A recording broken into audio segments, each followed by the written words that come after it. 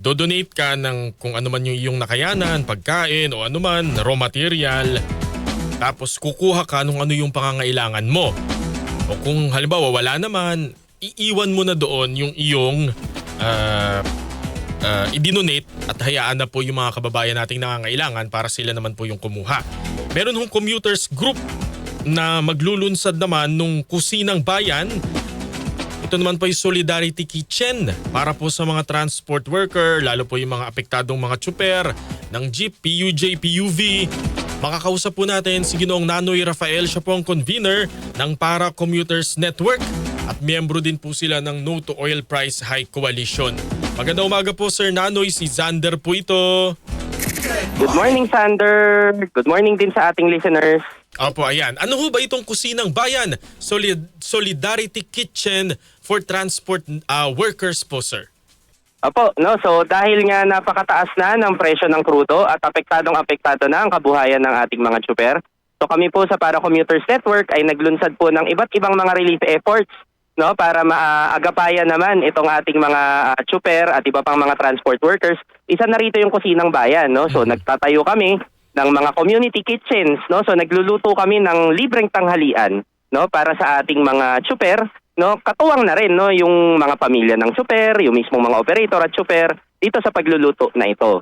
So ngayong araw no ilulunsad namin yung pilot nito sa Metro Manila no dito sa may Pedro Hill sa may rutang Agoncillo Guadalupe at umaasa kaming sa mga susunod na araw at susunod na linggo ay dadami pa ito, kakalat pa ito sa mas marami pang ruta no dito sa NCR at kahit sa mga rehiyon. Opo. So ngayong araw po yung inyong launch sa isang TODA po muna, terminal. Yes po, opo. So ngayong araw ang ulam natin ay menudong manok, no? At naging posible po ito dahil sa tulungan ng mga commuter na nag-donate kahit nagaano kaliit, no? At naipon-ipon natin kahit papaano para makapag-provide ng tanghalian, libreng tanghalian sa mahigit 6 na pong mga driver na nakapila ngayon dito sa ruta. Opo. Dahil na rin ito sa no kasi talagang kapos na kapos no yung tugon ng gobyernong Marcos dito sa oil crisis.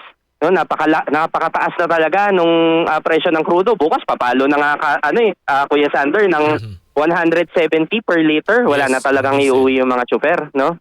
Actually, pansin na pansin ho namin kahit po dito sa bukod po riyan sa may Pedro Hill, no, talaga hong meron diyang parang pila ng mga jeep na hindi na ho bumabiyahe. Meron din ho dito sir sa may sa may End Domingo malapit po sa may Agora Market. Dati yung mga jeep diyan, sila yung pabalik-balik kasi nga 'di ba naghahanap ka ng pasahero mo. So, may sakay ka man o wala, babiyahe ka. Ang nangyari ngayon, nakatigil na lang sila lahat eh. Opo, magpupuno muna no kasi hindi na talaga nila kaya na gumasta ng krudo nang hindi sigurado na meron silang pasahero. No, kaya talagang pilay ang ating transportation. May transport crisis na tayong nangyayari. No, hindi lang dito sa NCR kundi sa iba't ibang bahagi ng ating bansa. No, kaya actually itong efforts namin na ito alam naman namin na lang to gapatak doon sa talagang kailangan ng ating mga transport workers. No, pero dahil kinakailangan, no, talagang sabi nga namin magkatali ang bituka, hindi lang bituka, yung sikmura, yung tiyan ng mga commuter at ng manggagawa sa transportasyon. No? Kung gutom ang driver, hindi na yan babiyahe, walang masasakyan ng mga commuter. No? Pero gapatak man ito, no? Talagang talaga tayo, pinapanawagan natin sa mga commuter na maglunsad pa ng mas maraming ganito. No, para makatulong sa ating mga manggagawa sa transportasyon. Yan. Yun nga itatanong ko sana sustainable ba? Para po sa Para Advocates for Inclusive Transport, yung Kusinang Bayan? Hindi naman talaga ito namin tinitignan na parang ito na yung magiging solusyon, no? Sa totoo lang, ito ay parang tulong lang ng mga commuter, lalo at wala talagang malinaw na solusyon ang gobyerno. Sa totoo lang, gobyerno nga dapat ang gumagawa nito, itong mga mabilisang solusyon at tulong sa ating mga transport workers para hindi mapilay ang ating sistema ng transportasyon, no? Sa pinakakagyat, yung panawagan pa rin naman natin, no? Talagang tanggalin na yung VAT at excise tax sa langis.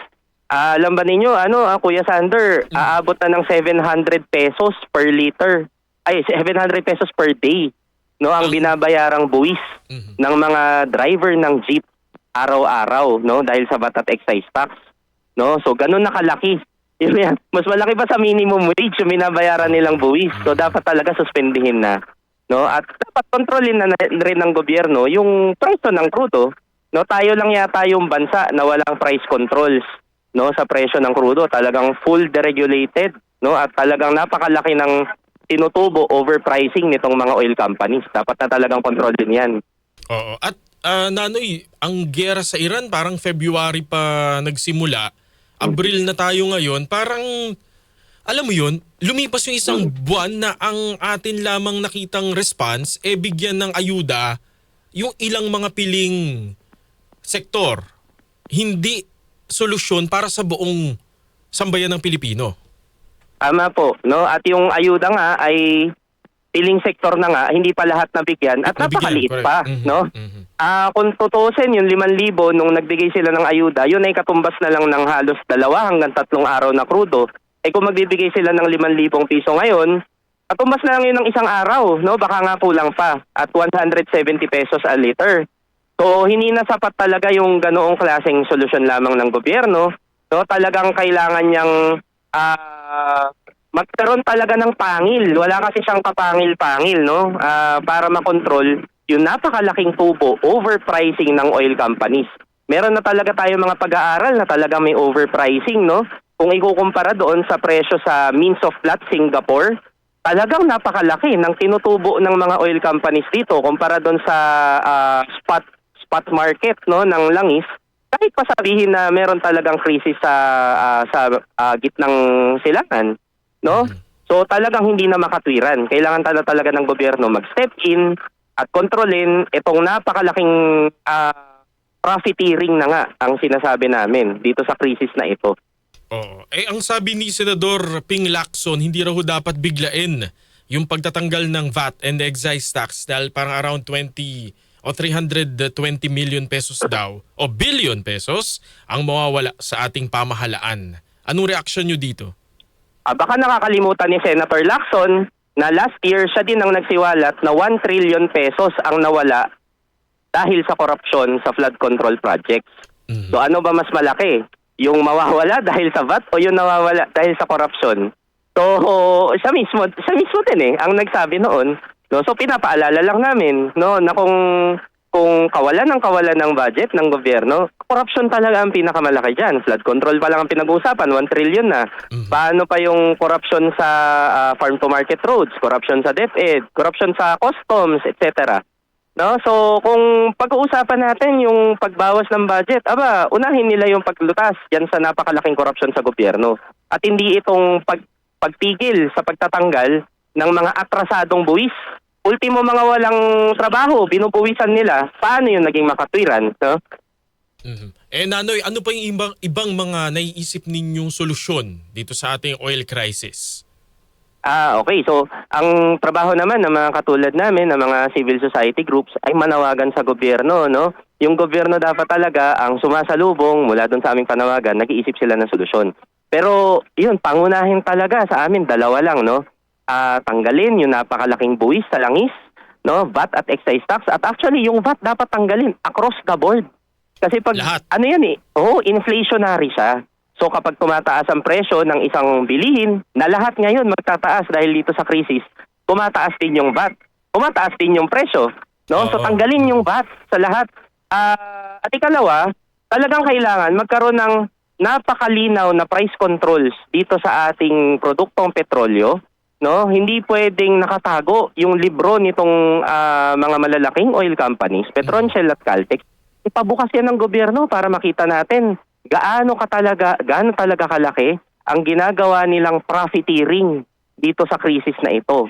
No, kung tama ang math namin, milyon, bilyon kada araw, no, ang ginagawa nilang pagtubo, no, dito sa krisis na ito. Kung ikukumpara doon sa spot market ng Singapore, no, sinasamantala ng mga oil companies yung krisis na ito. Kailangan na yung matuldukan, no, kasi sa lahat ng mga bansa, no, tayo lang yata ang hindi pa nagtatanggal ng VAT at excise tax, no. Yung mga first world countries tulad ng Australia, nagtanggal na ng VAT at excise tax. At tayo lang din ang walang price controls, kaya tayo din ang pinakamataas ang presyo ng fruto. So hindi na yun pwede, no? Kwento nga nung isang reporter natin sa Vietnam daw, wala ng VAT yung kanilang Tama. Oo. langis. Opo, tama-tama po yun, no? Tapos, isipin pa ninyo, bukod pa doon, yung mga bansang tulad ng Vietnam na merong malinaw na polisiya sa industrialisasyon, meron ding malinaw na development ng renewable energies na kanila. Ibig sabihin, yung Yes, mismong ma'am. gobyerno nila ang nagde-develop ng renewable energies. Hindi katulad natin, ginagawang negosyo pa rin, pribado pa rin. So, ibig sabihin, kahit meron tayo mga tinatayong windmill, solar, no? Nagiging para pa rin sa tubo ng mga malalaking kumpanya na kinokontrata ng gobyerno. Hindi pa rin talaga para sa atin. Tapos No? magtatayo pero naku, ayoko na nga sa akin manggaling. Oo, itutuloy ko. Sige. Itutuloy ko. Magtatayo pero magde-demolish ng mga sakahan. Ayan. Magtatayo pero magde-demolish o kakalbuhin yung bundok. Magtatayo pero palalayasin yung mga mangingista. So 'di ba? Hindi siya sustainable eh. Negosyo talaga siya. Kumbaga So, may hindi pwede yung nadidisplace ganun. May nadidisplace kasi. Opo, tama. Oo. Siguro panghuli na lamang, Nanoy, no, para sa ating mga tagapakinig na nais na makiisa dun sa inyong layunin, saan sila pwedeng mag-donate? Ano yung pwedeng i-donate? O baka may mga NGO na nakikinig sa atin ngayon na gustong tularan yung Apo. itong kusinang bayan? Apo, sa tansya po namin, no, yung bawat 500 piso, kaya na nating magbigay ng 5 kilong bigas at ilang mga food items, no, sa ating mga tsuper, kada pamilya ng tsuper, no. Kung gusto pong mag-donate, hanapin lang po kami sa Facebook o sa Instagram, hanapin po yung Para Commuters Network, PARA. Ibig sabihin yung pag tumitigil tayo sa jeep, di ba, sinisigaw natin, para, no, yan. So, Para Commuters Network sa Facebook o sa Instagram, hanapin lang po doon. Nakapost po doon ang aming donation channels. Tapos kung para sa in-kind donations naman po, pwede pong ipadala sa Balay Obrero Foundation, 63 Nara Street, Project 3, Quezon City. Yun, maraming salamat sa inyong grupo ha, kasi wala namang ibang magtutulungan kundi tayo rin. Apo. Ayan. Maraming salamat, Kasander. Maraming salamat sa ating listeners. Maraming salamat po, Sir Nanoy Rafael, ang convener po ng Para Commuters Network. Sila po ay civil society group na tumutulong po, no, sa ating mga kababayang at tsuper na naapektuhan po nitong oil crisis sa ating bansa.